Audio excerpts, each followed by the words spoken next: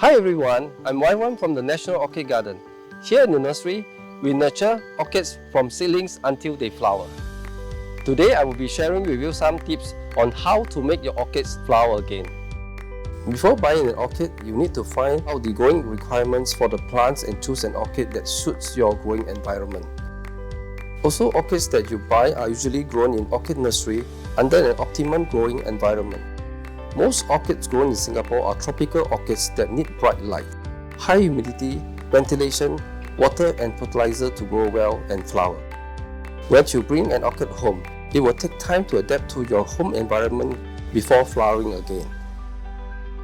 Papiliondas, arandas and even our national flower, Vanda mischokium, are robust orchids. These orchids are sun-loving plants that require regular watering and physical support to grow upright.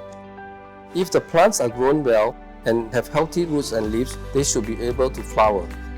If your orchid is not flowering, it's likely because it isn't getting enough sunlight, so try moving it to a brighter spot where it will receive bright sunlight throughout the day. Water the orchid at least once a day and make sure that it's placed in an area with good airflow.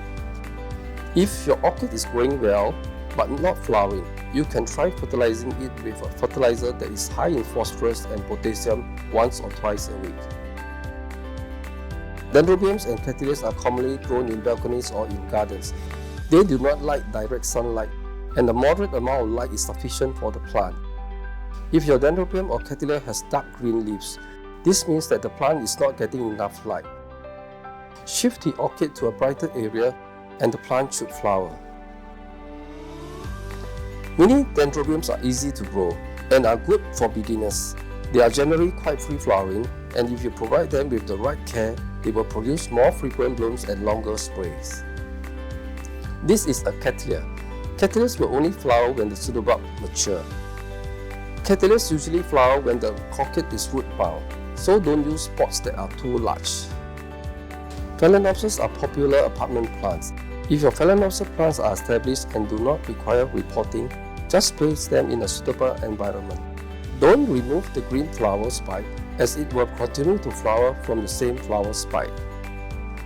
An established Phalaenopsis will have good root growth and healthy leaves. It will flower after a cool or rainy season when the night temperature is low.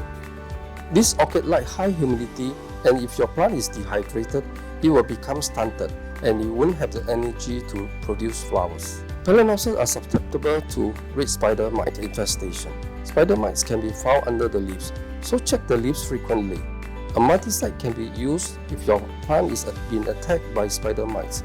You can also hang sticky paper near the plant to minimize insect-induced infection. If there is poor ventilation, Phalaenopsis will develop leaf rot. You should hang your Phalaenopsis to prevent water from collecting in the crown of the plant. So this is how you can make your orchid flower. Happy growing, and see you next time.